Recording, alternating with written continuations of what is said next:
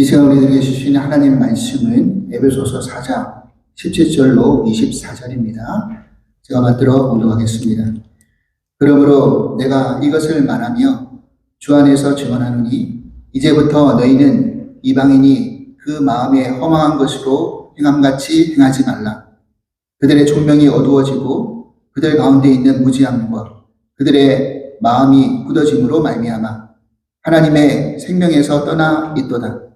그들이 감각 없는 자가 되어 자신을 방탕에 방임하여 모든 더러운 것을 욕심으로 행하되 오직 너희는 그리스도를 그같이 배우지 아니하였느니라.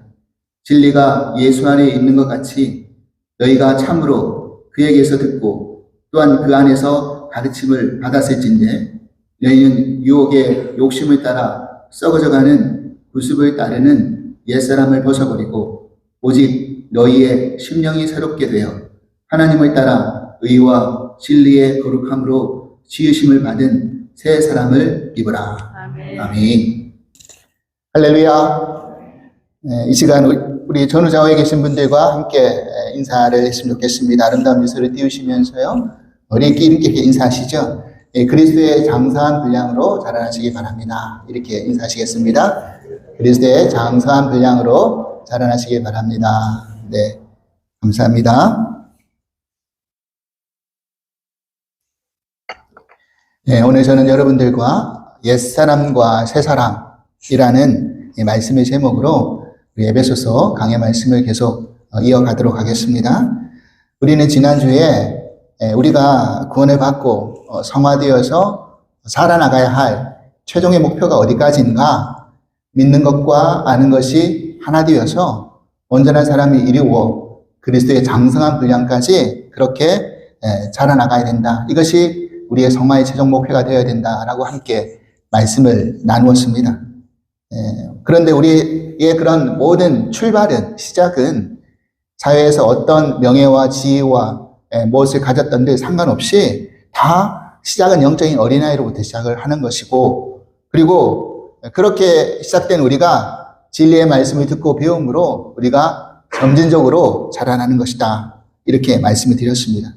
그리고 그 자라나는 그 훈련장을 하나님께서 이 몸된 교회로 세우시고 이 교회 안에 모이게 하셔서 우리가 각 지체로 만나서 서로 통하고 도와주고 연합되고 결합되어서 그렇게 각 지체에 우리에게 허락하신 분량에 따라서 그리스도까지 자라나가야 되는 것이다 라고 그렇게 말씀을 나누었습니다. 오늘은 그러면 우리가 그리스도의 장성한 분량까지 살아나기 위한 구체적인 훈련의 내용들이 뭔가, 그리고 그 훈련의 내용 가운데 우리가 믿음 생활하면서 어떠한 그 문제 속에서 있는 것인가, 이 부분에 대해서 우리가 한번 생각해 보려고 합니다. 오늘 우리가 읽은 이 본문 안에서 가장 우리가 핵심적으로 주목해야 될 구절은 어디냐면 바로 22절에서 24절까지 말씀입니다.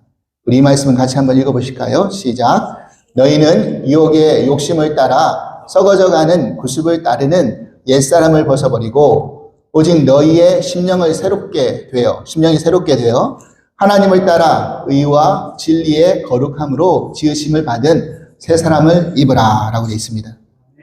제가 여러분들에게 친절하게 빨간색으로 이렇게 표시를 해뒀죠. 저게 뭐냐면 저 구절에서 제일 중요한 포인트라는 겁니다. 그러니까 옛사람을 벗어버리고 결론적으로 말하자면 새 사람을 입어라. 이 말씀이 핵심이라는 거죠. 여기서 가장 중요한 개념이 뭐냐면 벗어버리고 입는다라는 개념입니다. 여러분, 우리가 어떤 옷을 입느냐에 따라서 몸가짐과 마음가짐이 아마 달라집니다. 태도가 달라지죠. 그죠? 집에서 편안하게 옷차림을 가지고 이렇게 생활하시다가 만약에 일이 있어서 외출을 하게 되면 어떻게 됩니까? 우리는 그 편안한 복장으로 외출하지 않고 꼭 외출복을 갈아입게 되는 것이죠. 여러분, 출근할 때나 아니면 어떤 예식 장소에 가게 되면 꼭 거기에 격식에 맞는 옷을 입어야 됩니다. 근데 잠옷을 입을 때하고 양복을 입을 때는 분명히 다르지 않겠습니까? 더 중요한 것은 잠잘 때 양복 입고 잔다든지 아니면 외출할 때 잠옷을 입고 외출하지는 않잖아요. 그러니까 시와 때에 맞는, 장소에 맞는 그런 옷을 입고 우리는 꼭 생활하게 되어 있다라는 사실입니다. 우리가 맞선을 본다든지 만약에 미팅을 하게 되면 아마도 평상복 차림으로 후줄근하게 아마 그렇게 만나러 나가지는 않을 겁니다. 아마 내가 가지고 있는 옷 중에서 그래도 제일 멋있고 아름다운 옷을 뽑아가지고 골라서 그렇게 입고 나가려고 할 거라는 겁니다. 내가 만나려는 대상이 누군지에 따라서 우리가 어떠한 마음을 가지고 옷도 다르게 차려입게 되는 것이죠.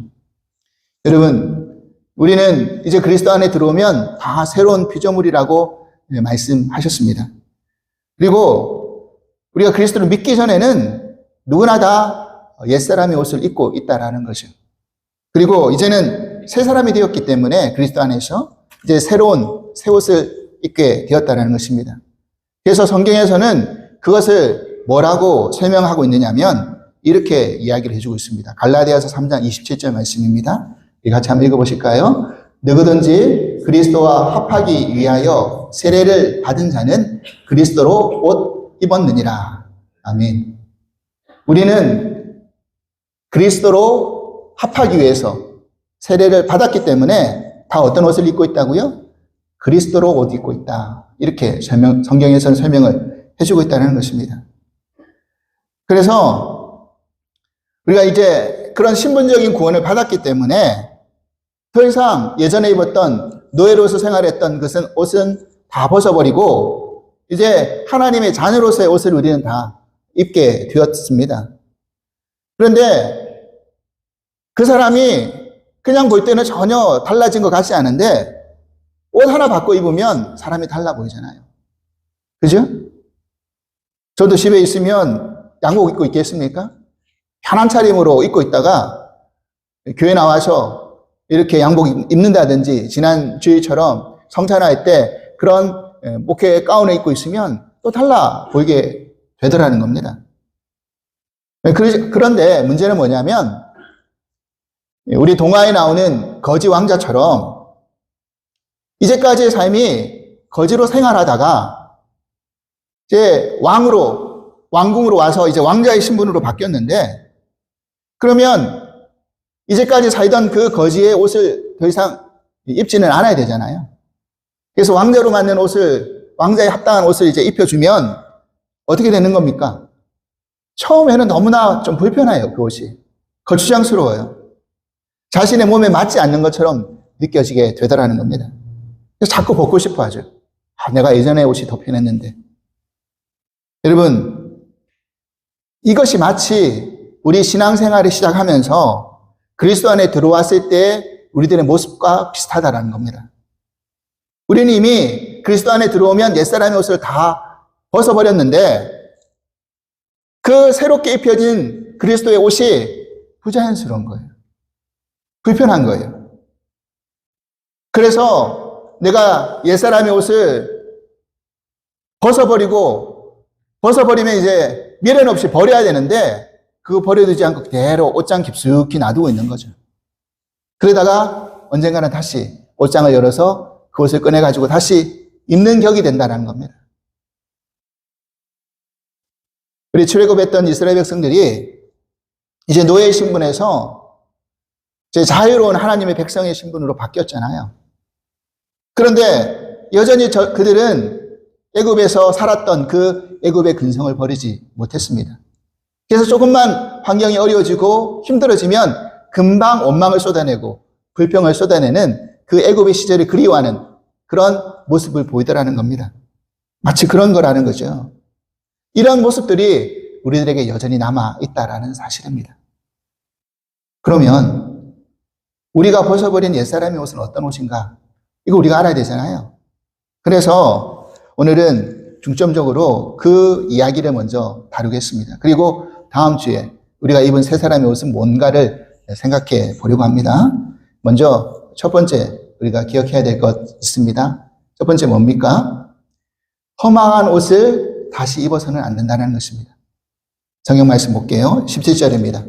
우리 같이 한번 읽어보시겠습니다. 시작. 그러므로 내가 이것을 말하며 주 안에서 증언하노니 이제부터 너희는 이방인이 그 마음에 허망한 것으로 행한 같이 행하지 말라 되어 있습니다. 그러니까 과거에 우리의 모습은 이방인들이었다는 거잖아요. 우리가 예수 믿기 전에는 다 옛사람 이방인들이었습니다. 지금도 하나님을 믿지 않는 이방인들은 어떤 것으로 살고 있다는 거예요? 어떻게 행하고 있다고요? 허망한 것으로 행함같이 행하고 살고 있다는 것입니다. 허망한 것. 그런데 여기서 허망한 것이라는 게 뭔가? 이 헬라어 원문을 찾아서 그 뜻을 헤아려 보니까 그게 어떤 의미가 있느냐면 허망하다라는 것은 생각에 목적이 없고 결론이 없다라는 거예요. 결과가 없다라는 거예요. 목적 없이 사니까 아무런 결과를 얻을 수 없는 삶이 바로 허망한 것이다. 이렇게 설명을 해주고 있습니다. 여러분, 가만히 생각해 보면 하나님이 우리를 이 땅에 태어나게 하실 때 목적 없이 태어나는 사람이 있을까요? 하나님 그냥 이 땅에 그냥 우연하게 우리를 태어나게 만드셨을까요? 아무도 그런 사람은 없습니다. 그죠? 여러분, 심지어 창조주이신 하나님이 아니라 할지라도 우리 인간들도 뭔가를 하나 만들면 목적 없이 만들지 않잖아요. 이 뚜껑은 왜 만들어 놓습니까? 컵 하나만 있으면 될 걸 왜 뚜껑을 왜 만들어 놓겠습니까? 이거는 컵 안에 뭔가를 들어가는 것을 막기 위해서 이렇게 뚜껑을 만들어 놓는 거 아닙니까? 작은 것 하나라도 누군가가 뭔가를 계획해서 만들 때는 목적을 두고 만드는 겁니다. 쓸데없이 만드는 것이 없다라는 것을 우리는 너무너무 잘 압니다. 그죠? 그런데 하물며 그 어떤 피조물보다 존귀하고 귀한 우리 인간을 하나님이 창조하실 때 쓸데없이 목적 없이 만드셨겠냐는 것입니다. 그런 일은 없으시겠죠? 분명히 아니라는 겁니다. 그런데 하나님이 만드신 그 목적을 우리가 발견하지 못하고 찾지 못하고 만나지 못하고 하나님을 떠나 살면 결국 우리의 삶이 허망한 것으로 끝날 수밖에 없다라는 이야기를 하는 겁니다. 우리 한국에는 남자들은 군대가 의무잖아요. 그래서 저도 뭐 마찬가지였지만 군대 갈 때는 나라를 지키겠다는 그런 투철한 마음을 가지고 들어가는 사람이 과연 몇 사람이나 있겠습니까? 의무로 들어가야 된다니까 이제 나이가 되고 시간이 되었기 때문에 이제 어쩔 수 없이 끌려가는 그런 사람들이 더 대부분이죠. 그래서 기본적인 군사훈련을 받고 자대의 배치를 받습니다. 그러면 여러분 군대 다녀오신 우리 예비역 우리 어르신들 잘 아시겠지만 그 일상이 너무나 뻔합니다. 금방 몇 달 안 되면 그 돌아가는 루틴이 딱 정해져 있기 때문에 늘 다람쥐 쳇바퀴 도듯이 늘 지루한 일상이에요. 그래서 그렇게 되면 어떻게 되느냐면 시간이 안 가는 거예요. 똑같은 게 계속 반복되니까. 참 시간이 안 갑니다. 군대에서. 그래서 이제 군생활의 목적이 바뀌는 거예요. 어떻게 바뀌냐면 어떻게 하면 시간을 잘 때우고 제대할 것인가. 이렇게 생각이 바뀌어버린다는 겁니다. 그러니까 군생활이 지루하니까 재미있는 일 찾아보려고 하다가 후임병 괴롭히고 이런 일을 하는 거예요, 사실은. 그냥 그런 일이 일어나는 게 아니라는 겁니다.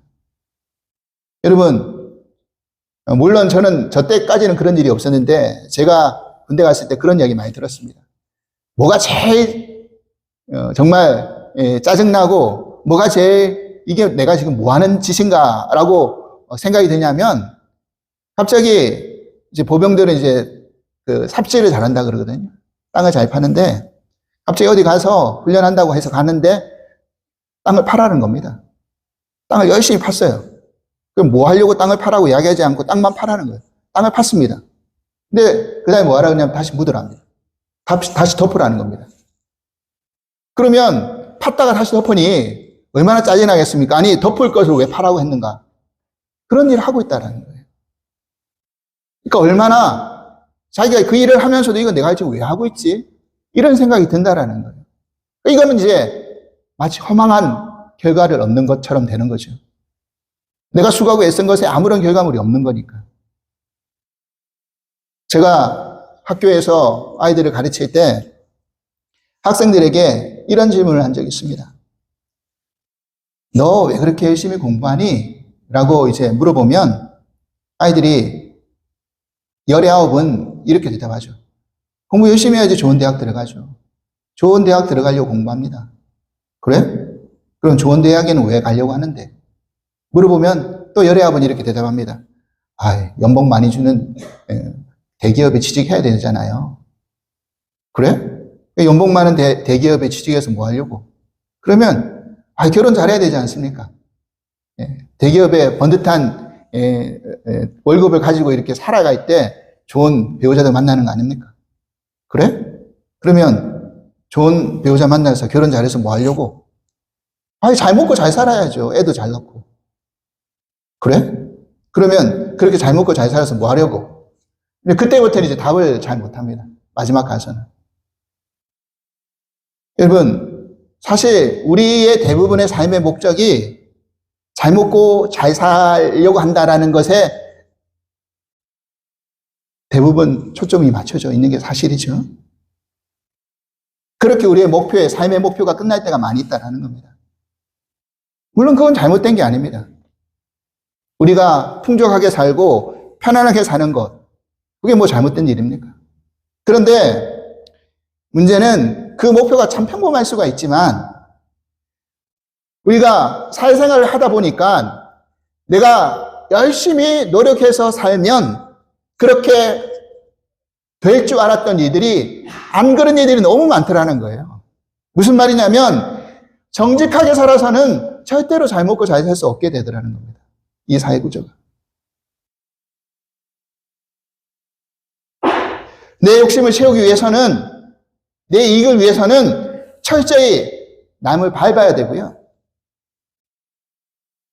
남이 손해를 입든 안 입든 상관없이 나 하나 배부르면 되는 거죠. 내 가족 하나 잘 먹고 잘 살면 되는 거죠. 그렇게 살아가는 사람들이 얼마나 많이 있습니까? 하나님 모르는 많은 이방 사람들이 그렇게 살아간다는 말이죠. 여러분, 정도의 차이뿐이지 우리도 뭐 사실은 크게 다르지 않잖아요. 그 안에서 다 우리의 가치관이 머물러 있는 경우들이 많이 있다라는 겁니다.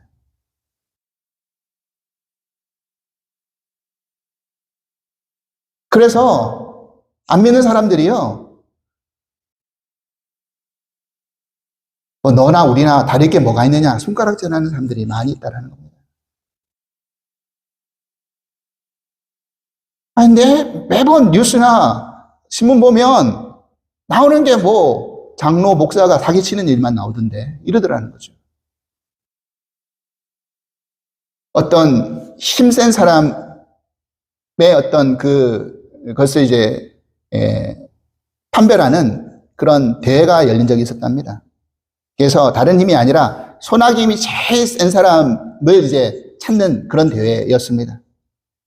근데 마지막 최종 후보로 올라간 한 사람이 있었는데 그게 누구였냐면 그 오렌지를 하나 두고 이제 짜서 즙을 내는 겁니다.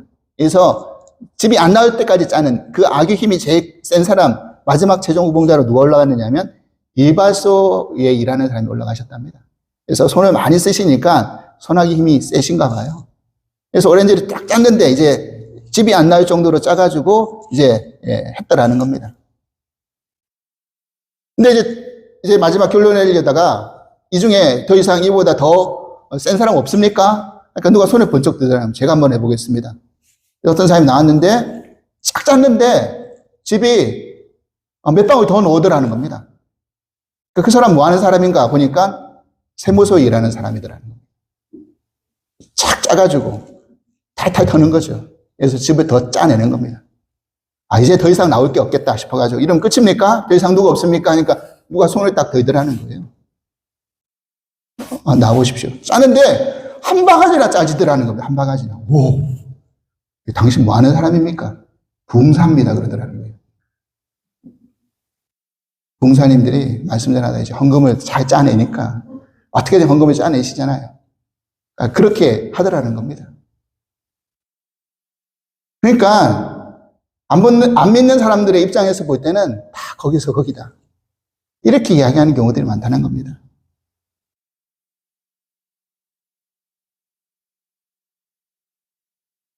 여러분, 그런데 중요한 게 뭐냐면요.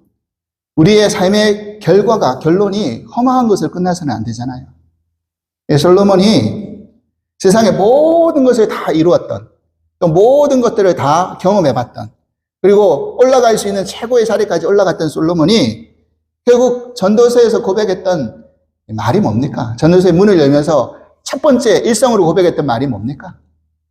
헛되고 헛되며 헛되고 헛되니 모든 것이 헛되다. 얼마나 헛됐으면 헛되다는 이야기를 5번이나 반복했겠습니까? 헛되다는 거예요. 자기가 다 해보고 나니까 헛되다는 거예요. 솔로몬이 하나님을 안 믿었습니까?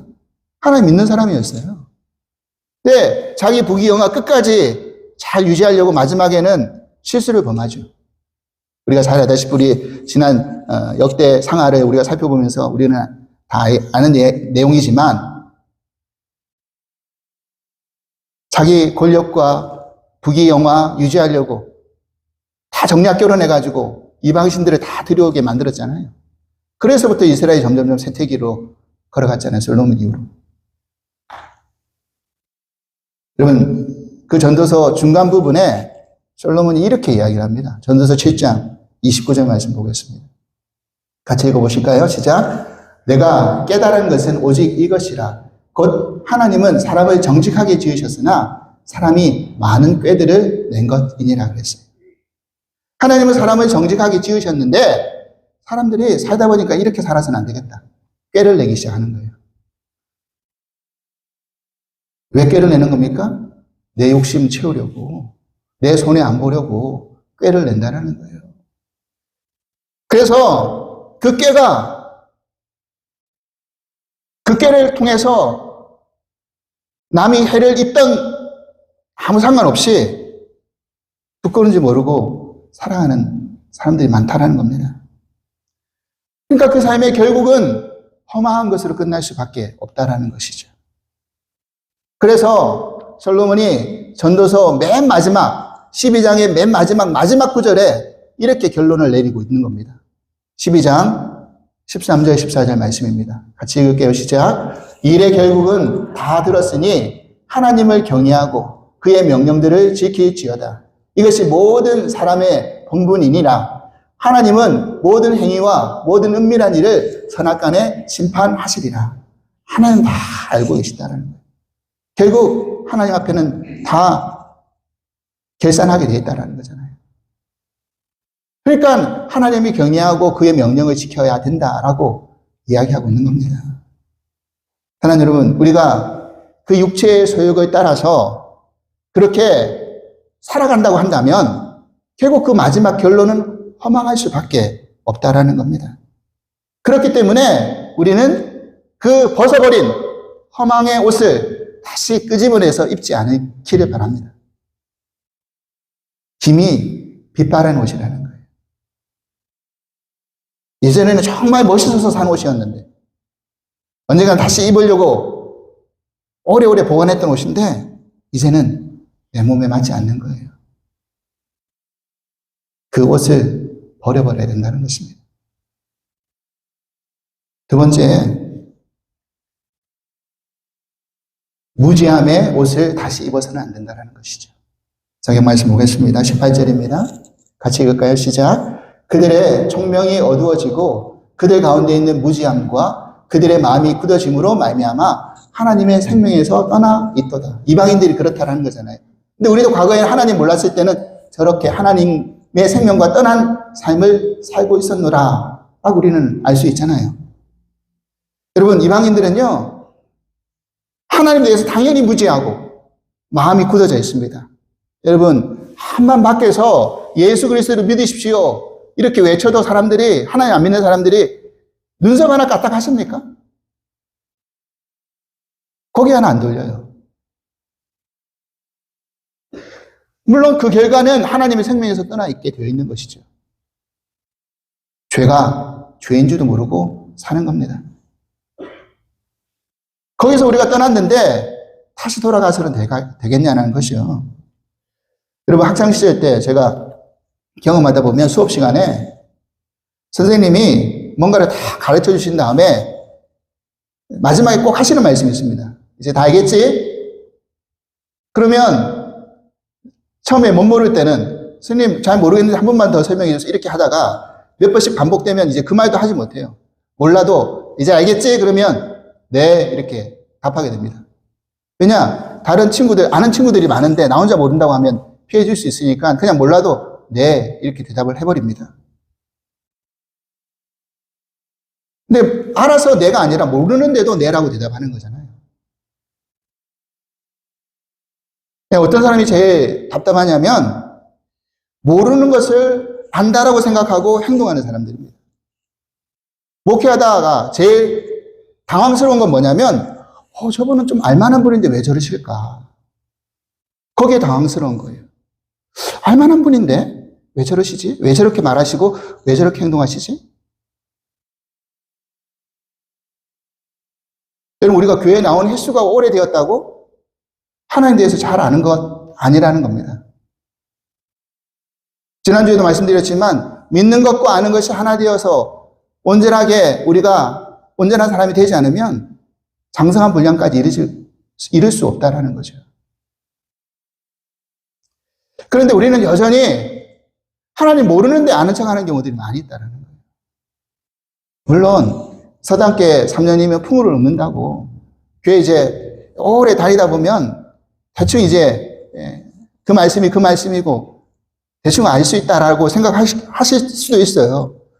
그런데 여전히 모르는 게 너무너무 많다는 거. 저도 말씀을 봐도 읽어도 모르는 게 너무 투성인데 요즘 우리가 새벽 예배 때, 새벽 기도회 때 예레미야 말씀 나누고 있잖아요. 여러분 예레미야 말씀 사실은 어렵습니다. 그 말이 그 말인 것 같고 뭐 심판과 멸망과 뭐 회복과 뭐 이런데 계속 반복되다 보니까 그 말이 그 말인 것 같고 참 어렵다 이렇게 되는데 여러분 예레미야 5장 지난주에 살펴봤던 금요일날 살펴봤던 5장에 이런 말씀이 있었습니다. 5장 말씀 보실게요.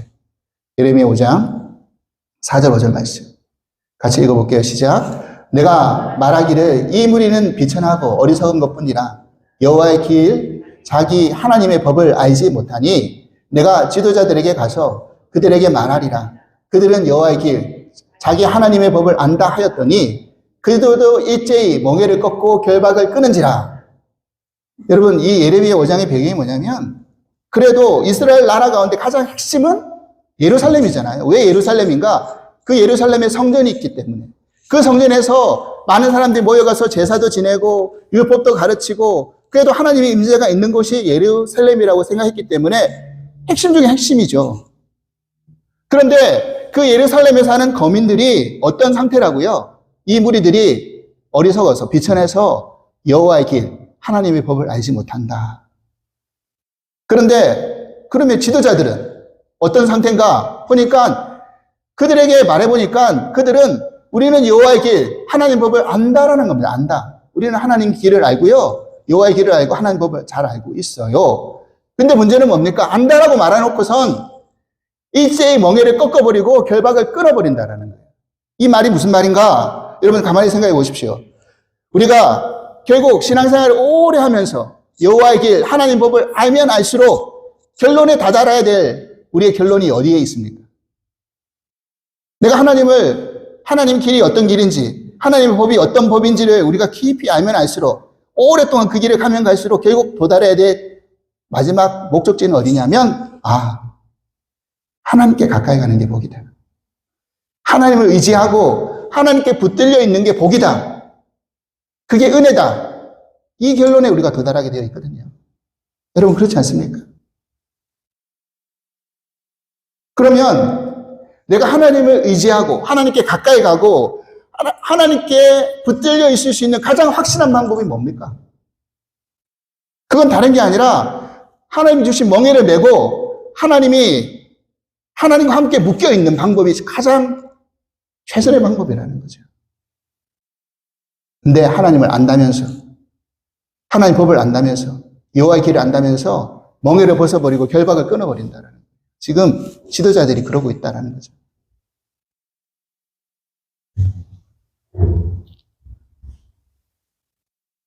여러분, 우리가 그 멍에와 결박을 끊어서, 나 자유롭게 살고 싶어.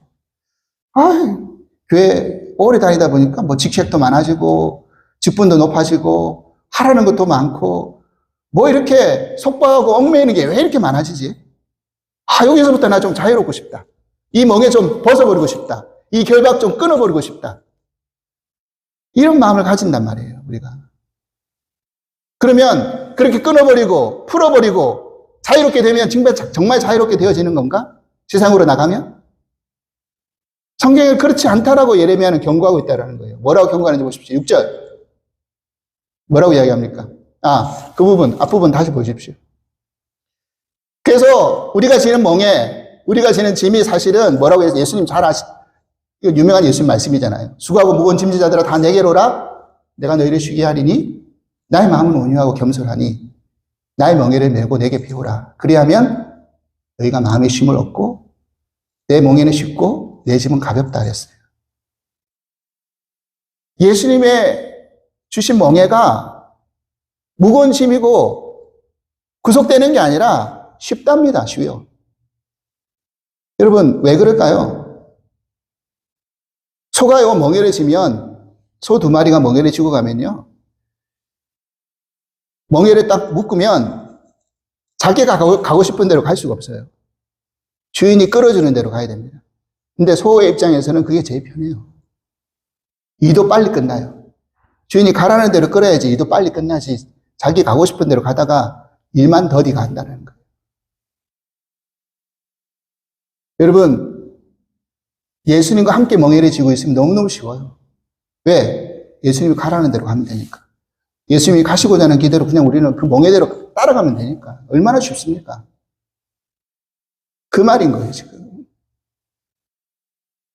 그 멍에 벗어버리니까 나 자유하다, 나 쉽다, 나 편하다. 그래서 예레미야가 지금 그 다음에 경고로 뭐라고 이야기했냐면 예레미야 5장 6절에 이렇게 이야기하는 겁니다. 그렇게 벗어버렸지, 결박 풀어버렸지, 어떻게 되나 보자. 숯불에서 나오는 사자가 그들을 죽이며 사막의 이리가 그들을 멸하며 표범이 성읍들을 엿본즉 나오는 자마다 다 찢어버린다. 이렇게 이야기하고 있는 거예요, 지금. 너희들이 하나님 떠나서 자유롭고 싶나? 그 결박과 멍에를 끊어버리고 싶고 자유롭게 살고 싶은데 세상에 나가면 저렇게 된다는 거예요. 사자와 이리와 표범이 기다리고 있다는 거죠. 여러분 그래서 왜 이런 일이 생기는가? 우리가 무지하기 때문에 그렇대요. 무지하기 때문에. 몰라서 그렇다. 우리가 하나님을 몰라서 그렇다면 그러면 하나님을 알기 위한 하나님의 법과 말씀을 듣고 배워야 되잖아요. 모르면서 아는 척 하지 마시고 하나님 말씀 배우기에 우리가 열심히 내야 된다는 겁니다. 그래서 나는 다 압니다. 다 배웠습니다. 뭘 다 배워요? 뭘 다 배워? 저도 못 배운 게 천진데.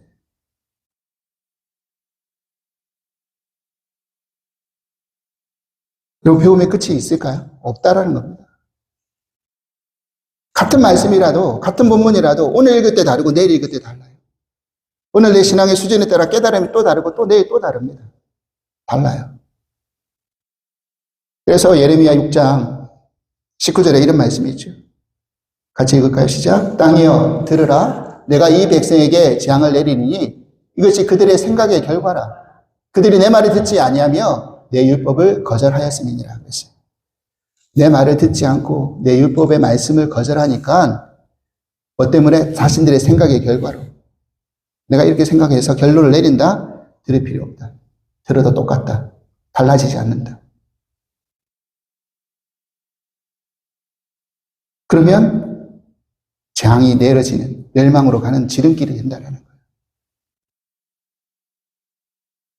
그래서 예레미야가 뭐라고 이야기합니까? 너희들의 귀에 할례를 받고 마음의 할례를 받아라. 마지막으로 세 번째, 우리가 어떤 옷을 다시 입지 말아야 됩니까? 방탕의 옷을 다시 입지 말아야 됩니다.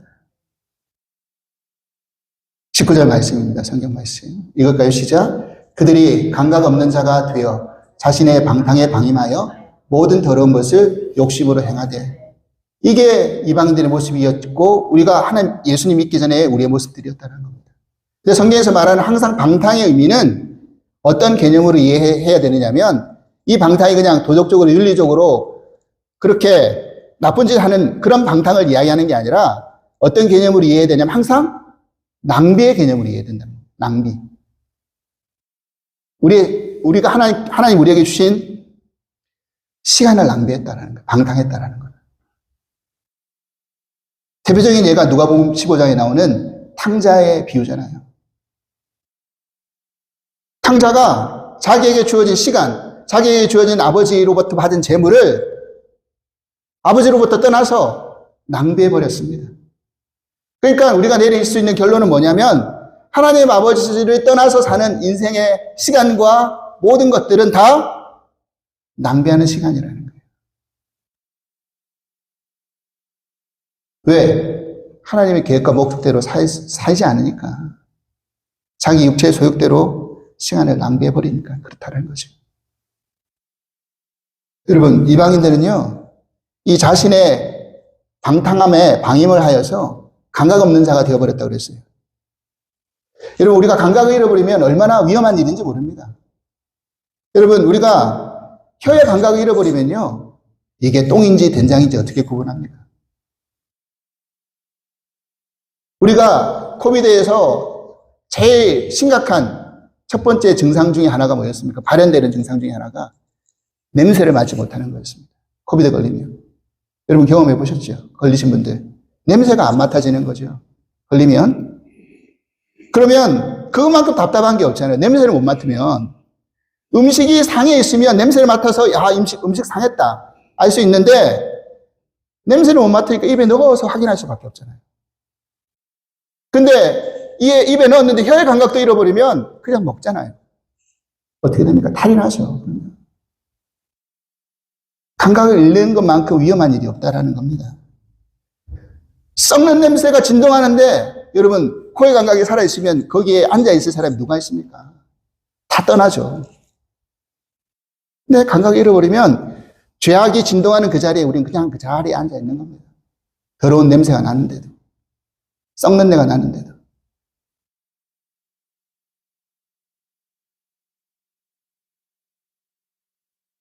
감각 잃어버리니 죄인지 죄가 아닌지도 모르죠. 사랑하는 여러분, 이제 우리에게는 우리의 그 시간들을, 주어진 시간들을 낭비할 만큼 그렇게 많은 시간이 남지 않았다는 것이 분명합니다. 여러분, 이 자리에 앉아있는 우리 청년들을 제외하고 여기 계신 대부분의 우리 어르신들은, 저를 비롯해서 모든 분들은 이미 인생의 반환점을 다 우리가 돌았습니다. 여러분 그렇지 않습니까? 살아온 시간보다 이제 살아갈 시간이 더 작게 되어 있습니다. 줄어져 있습니다.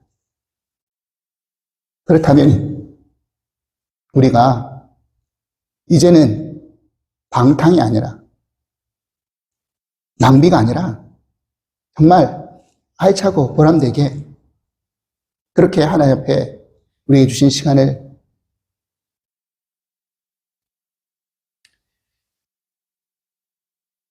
보내야 되지 않겠습니까? 갈라디아서 5장 16절 말씀 보겠습니다. 같이 한번 읽어보실까요?